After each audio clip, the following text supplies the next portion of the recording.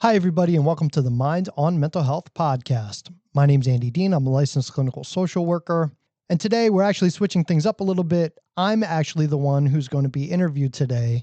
And I'm being interviewed by Pete Maclearie, who is the site director at Princeton House Behavioral Health's Eatontown site. The reason why I'm being interviewed by Pete is because I recently wrote some psychoeducational curriculum for them to use in their new anxiety and mood disorder track in Eatontown, New Jersey, since I specialize in the treatment of anxiety disorders in my private practice. So I hope you guys enjoy the episode and find it helpful. Hi everyone, welcome to another Mind on Mental Health podcast. My name is Pete Maclearie, and joining me is a special guest today, none other than Andy Dean, LCSW. Hi everybody. So I know a lot of you who have probably watched many of these episodes are wondering why I'm here. I actually did the first, was I the first, or I was in the first couple podcasts with you? Yeah. Like 5 years A few years ago, yeah. Yeah. So thanks for having me back. Thanks for coming. Yeah. So this is kind of a collaborative idea we had because at our location we've been doing a lot of anxiety programming, and Andy is an expert in, would you say, OCD? It makes me really uncomfortable when people call me an expert, but thank you for saying that. Yes, OCD and anxiety disorders is what I specialize in my practice. Okay. Both of us have been in the field for well over 10 years at this point, and we've treated anxiety in a lot of different ways. I think it's actually pretty important that you point that out, because I think a lot of people kind of assume OCD, anxiety are kind of easy things to treat in a lot of ways. I definitely made that mistake when I was a newer clinician. And then, to be honest with you, the trajectory for me was kind of interesting, because I started in this field doing substance use and working primarily with severe depression and substance use. And then I thought I knew how to treat anxiety, which essentially was using skills every time it showed up to make it go away. And then as time went on, and I started trying to apply that to myself, I actually exacerbated my own anxiety disorder and made it way worse. So one of the things that's really important to me, just as a person and a clinician, is to make sure people, clinicians specifically, don't make the same mistakes I made when I was treating it. Sure. Yeah, I think it's really important that you point out that both. I should let me specify real quick. Sure. When I was trying to treat it in myself, thankfully, I was never really in much of a position to be treating heavy anxiety disorders when I didn't really know what I was doing, even though I thought I knew what I was doing. Mm-hmm. Yeah, because I don't think the outcomes would have been great, because I definitely didn't have a great skill set. Well, you brought up a lot of points that I definitely want to hit on, because you mentioned the idea of a divide between a person trying to like self-treat, right, and a clinician also trying to treat their own clients. I knew you during all of that time, and from the outset, I didn't know to what extent you were kind of going through some of that stuff. And you had mentioned anxiety, and we kind of threw around words. At what point did you maybe start to think about the anxiety being more than just like generalized anxiety? I think that can look different for different people. I guess the thing that for me personally was like, Pete, I didn't know we were going this heavy this fast. Do you not want to? No, let's do it. Okay. Let's do it. The thing for me personally that I think was like really disconcerting, or like where I really started to think about, oh man, I really need serious treatment, was just that it was ever present. And it was the first thing in the morning when I woke up that I thought about, and the last thing I thought about before going to sleep, if I was lucky enough to go to sleep. Sure. And also it was starting to get to a place where I was affecting my behavior. I was starting to get depressed, which was something that I never in my life thought I would struggle with, but I was like crying all the time. I needed a very specific I needed very specific things to be in place in order to feel comfortable, even just in my house. At one point and actually this is kind of common in OCD treatment, I had the thought about like, maybe I need a new environment. Maybe we should just move. Like me and my family should just move somewhere because something about this environment isn't right. But obviously I'd be taking my brain with me no matter where I moved. Yeah. Also, just to see the effect that it was having on my family and my kids, that I think was the thing that really pushed me. I was starting to feel ineffective as like a husband and a dad. Yeah, wow. I mean, thank you for sharing that. That's obviously very deep. How long would you say it was before you realized like something was really wrong? Like how long was that journey for you? That's a good question. I don't know, actually. I would say probably pretty quickly, honestly, because I had never had that feeling before in my life. Maybe I should specify. I never had it last for as long as it lasted in my life. Had that feeling before, but it was kind of quick, right? And I would say probably after it just never, that feeling was so present all the time and I felt like I couldn't escape it, probably a week or two, where I was like, wow, something really weird is happening. And I was like trying to think of a way to describe this the other day, maybe in preparation for this interview, I don't know. But for OCD and anxiety disorder treatment, you feel like you're in a horror movie all the time. And you know that like horror movie trope, like the killer's coming from inside the house? Yeah. It's similar to that, except it's coming from inside your own head. Yeah. And you just can't escape it. And it's like formless. There's nothing you can do about it, right? So how do you, it's like trying to wrestle or fight like a ghost or something, something that's formless. And so you just feel like you can't win. There's no way out, right? Like it's constantly coming to get you and you don't know what you can do to change this thing. Yeah. You know, sorry. No, go ahead. One of the things that you've really helped me understand a lot is that there's a lot of ineffective ways to treat anxiety on a professional level. Also, I mean, in your own work, I'm sure you're seeing it on a personal level with clients, right? People do a lot of ineffective things to try and manage feeling like they're in a horror movie, right? I think one of the questions I wanted to ask you was like, initially, I remember talking to you at the time, you were trying to solve this a lot of ways on your own, right? I mean, some of them were, they seemed productive, right? I mean, like... They seemed productive at the time, yes. Yeah. And in some ways, they are productive in the moment.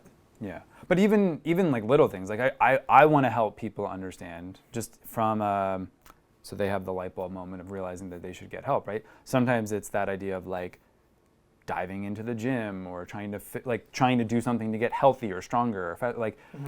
Is that something you feel like talking about? What I tried that wasn't effective? Just general things. It doesn't have to be personal. What do you remember from that time about what I tried? Well, I think a lot of it, right, it could just be like the, I mean, we can go to the home run swing was your... I knew you were going to say that. I was leaving it up for you, but I can talk about that. The breathing exercises, but I wasn't even just thinking like running, the gym, walking the dog, because we used to talk a lot when you would walk the dog at night, and you've always been into fitness, but sometimes those things can take that next gear, right, where it's like, well, I have to go and I have to do this, and the kids have to understand, or my wife has to understand because I need to go, right, and that's really what I'm getting at, is when people start to realize they don't feel okay, as you were mentioning, if all these things don't start to fit neatly in place, and even then if they do, it's coming right back, right? What's the home run swing? You didn't mention it. Wim Hof, baby. Wim Hof. That was definitely the home run swing. And at the time, I was convinced that this was going to be the thing. That all those things that you mentioned are things that I was trying. Sure. So fitness, running, going to the gym. I went back to jiu-jitsu for a while because I thought maybe that would help me. Sure. The home run swing that you're mentioning is Wim Hof, which is a combination of cold plunging and breathing exercises. And I can attest, I got a video I have you, it. yeah, I like have a it. February I have it on my river. website. Yeah. You I have it on my website. emerging from the water. It's like a 30-degree lake or something. Yeah, it was a head scratcher. Yeah. I'm going to tell you something that's like really, looking back on my experience with it, it's obviously, I like to laugh at this stuff because I know how absurd it is now. But then also I feel it's also sad because like you are grasping at straws, trying anything to help get you out of this feeling, and then nothing's working. So you just get caught in this cycle of trying, and then nothing works. Or it works momentarily, but then you're right back in that feeling, that terrible feeling, right?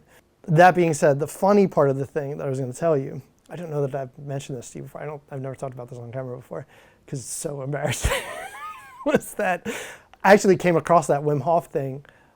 I was watching some Goop, this like Gwyneth Paltrow lifestyle thing on Netflix, and Wim Hof was on it, and he was like a character, and I was like, oh, maybe this is going to be the thing that works. And I guess like, as hilarious as that is, from the outside now looking in, you know me, you know that like, Sure. Obviously I think that's funny, but it's also like, it's also sad because it's just a good example of like how desperate you are.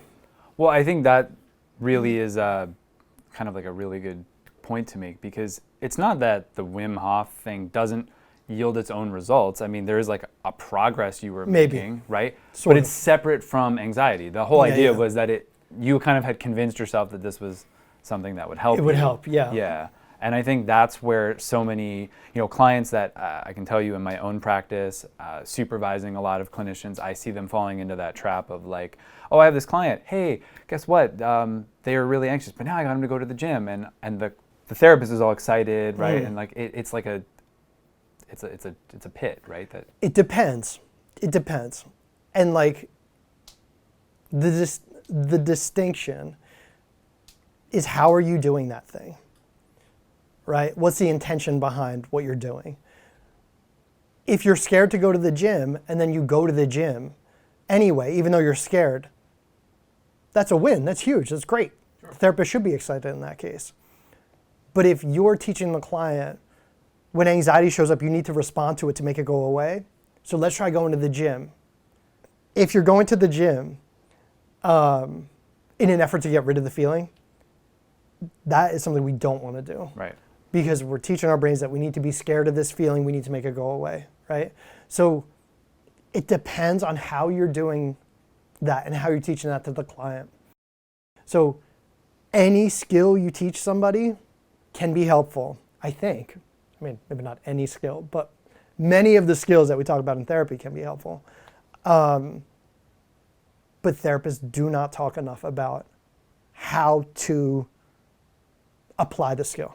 Right. So again, bringing it back to this idea of there's a lot of, I think we say common misconceptions, but I think there's also a lot of like lacking information when a lot of therapists are coming out of school, right? Because you 100%. You're taught, like, hey, here's CBT, do this thought record, or here's the triangle, and oh, there's the thought. That's the thought you want to reframe. And it is hard if your client comes in and kind of is telling you, this is why I'm in therapy. I would like this thought to go away, to kind of resist just giving them something to target that specific thought, right? I think it's really important, and maybe you could generalize like that idea of how should a person or a therapist, how do they know what thoughts are like safe or when they're pushing away inappropriate? Like how do you as the treating professional really start to ascertain that? I have a go-to answer for this question because it's the truth. And this is, I stole this from two psychologists and their work to be amazing. And that's Sally Winston and Martin Seif.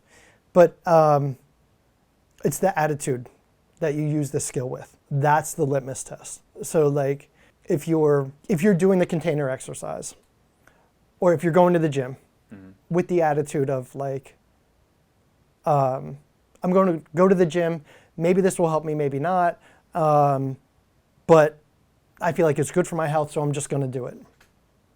Awesome. Do it.